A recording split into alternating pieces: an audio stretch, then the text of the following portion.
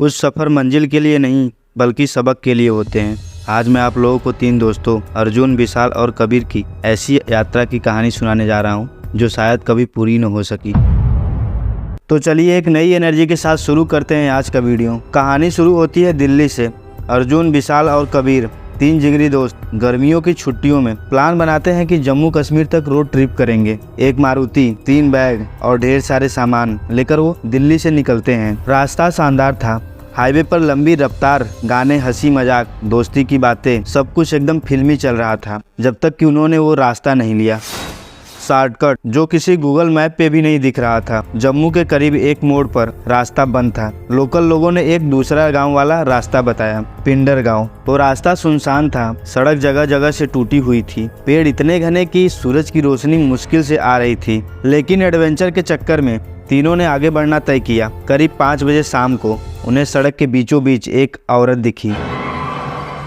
सफेद गीला सूट, झुका सिर, उलझे बाल। विशाल ने गाड़ी स्लो की, लेकिन अर्जुन ने कहा, भूल गए?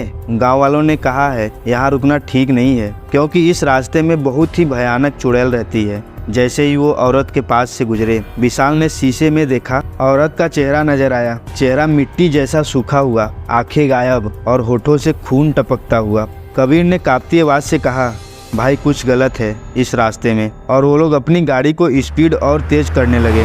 रास्ता दोहराने लगा। चाहे जितना आगे बढ़ते, हर 10 मिनट बाद वही टूटा बोर्ड, वही पेड़, वही मोड़ दिखने लगता, जैसे कोई उन्हें घूमते घूमते वापस उसी जगह ला रहा है। इतनी देर चक्कर खाने के बाद गाड़ी का पेट्रोल भी खत्म होने लगा था। रात और भी काली होती जा रही थी और तभी गाड़ी एकदम से बंद हो गई। चारों तरफ काला अंधेरा चुप्पी साधे हुए थी और चारों तरफ अजीब सी फुसफुसाहटें हो रही थी, जैसे कोई कुछ कह रहा हो।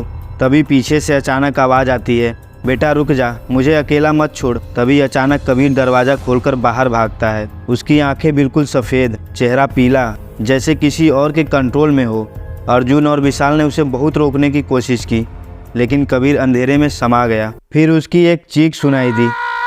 वे दोनों वहीं ढूंढते रह गए, मगर कबीर का कुछ पता नहीं चला और वे लोग डर भी रहे थे, कहीं हम लोगों के साथ ऐसा न हो जाए। वो पूरी रात उसी कार में बैठकर सुबह होने का इंतजार करने लगे। जब सुबह हुई तो वे दोनों पास के गांव में गए, तो जो उन्हें पता चला उससे वो और घबरा गए। गांव वालों ने बताया कि वो औरत जो रात को दिखी थी, उसका नाम सना बेगम था। अपने बेटे के साथ वर्षों पहले इसी रास्ते से गुजर रही थी और कुछ दरिंदों ने उन्हें रोका और फिर वहीं सना बेगम और उसके बच्चे को मारकर एक पेड़ से रस्सी से लटका दिया। सना बेगम की आत्मा तब से इसी जंगल में भटक रही है, हर गुजरने वालों में अपने खोए हुए बेटे को तलाशती है। जो भी उस रास्ते से जाता है और उसकी बातों को अनसुना करता है, वो हमेशा के लिए इस जंगल में खो जाता है।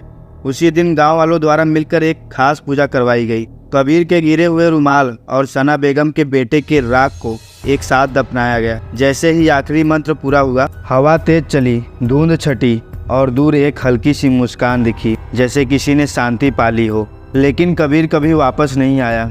आज भी जब रात के सन्नाटे में हवाओं में किसी के रोने की आवाज़ आती है, तो गाँव वाले सिर झुकाकर कहते हैं, किसी नए मुसाफिर ने शायद फिर रास्ता को चुन लिया है। तो दोस्तों, ये थी जम्मू कश्मीर की एक दिल दहला देने वाली कहानी। तो दोस्तों, कैसा लगा आज का वीडियो और अपनी राय कमेंट में ज़रूर बताएं। और यदि वीडियो पसंद आया तो वीडियो को लाइक और चैनल को सब्सक्राइब ठोक दीजिए।